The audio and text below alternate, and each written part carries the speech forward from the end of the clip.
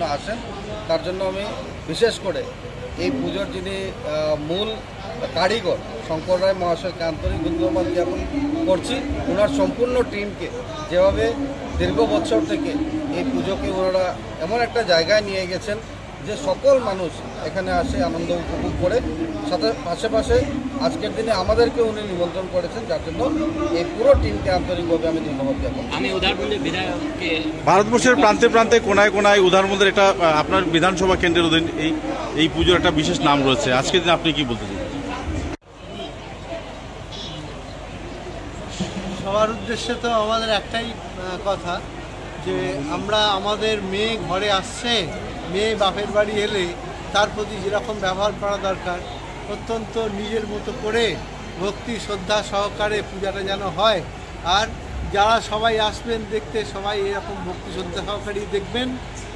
কাজকর্মে ভুল ত্রুটি কিছু থাকতেই পারে, সেগুলোর দিকে নজর না দিয়ে আমরা যেন মাকে নিয়ে এই কয়েকটা দিন খুব আনন্দে কাটাতে পারি। আচ্ছা, আরেকটা কথা এই বলবো। আচ্ছা, আপনাকে আমি জিজ্ঞেস করছি, বর্তমান সামাজিক অপকৃতির সময় মা আসছেন আমাদের মাঝে, আপনি আমাদের এই সমাজকে মায়ের আশীর্বাদ নিতে কি বলবেন? আমি এখন জিজ্ঞেস করছি, নবরাত্রি চলছে, তো প্রথমেই আমি মা দুর্গার চরণে প্রণাম নিবেদন করে সবাইকে এটাই বলবো যে মায়ের আশীর্বাদ যাতে আমাদের সকলের উপর বর্ষিত হয়। এই কটা দিন যাতে আমরা আনন্দে কাটাতে পারি, সাত্ত্বিকভাবে মায়ের পুজো যাতে আমরা করতে পারি। এখানে আমাদের মধ্যে উপস্থিত রয়েছেন মহারাজের হাত দিয়ে আজকে এই শুভ সূচনা হয়েছে, যেটা উদারবন্দের প্রধান পূজা। আর শুধু উদারবন্দ না, আজকের দিনে আমরা লক্ষ্য করেছি যে বরাকবাসী সম্পূর্ণ বরাকবাসী উদারবন্দের পুজো দেখা। আর শারদীয় দুর্গাপুজো আমাদের উদারবন্দের একটা বিশিষ্ট রয়েছে। সমগ্র বরাক উপত্যকায় লোকরা ভক্তরা ঢাল করেন। আর এখানে আজকে মহারাজজির হাত ধরে এখানে সূচনা হলো।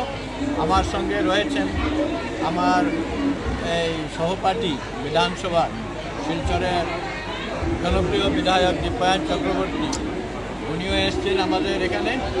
আর আমরা সমগ্র বরাকবাসী আজকের দিনে এখানে বিগ বাজেট পুজোর যখন শুরু হবে সপ্তমী অষ্টমী থেকে, ষষ্ঠীর দিন থেকেই শুরু হয়ে যায় এখানে। আর সেটার অনেক লোক সমাগম হয়। এখানে বিগ বাজেট দুটো পুজোই আছে। আশা রাখি এবছরের দর্শকরা বা আমার ভক্তবৃন্দরা যথেষ্ট আনন্দ উপভোগ করবেন। সবার কাছে অনুরোধ থাকবে শৃঙ্খলা, প্রশাসন থেকে শৃঙ্খলা বজায় থাকবে। আর আপনারা সবাই সমগ্র বরাক উপত্যকার লোক এসে সেটা আনন্দ উপভোগ করবেন।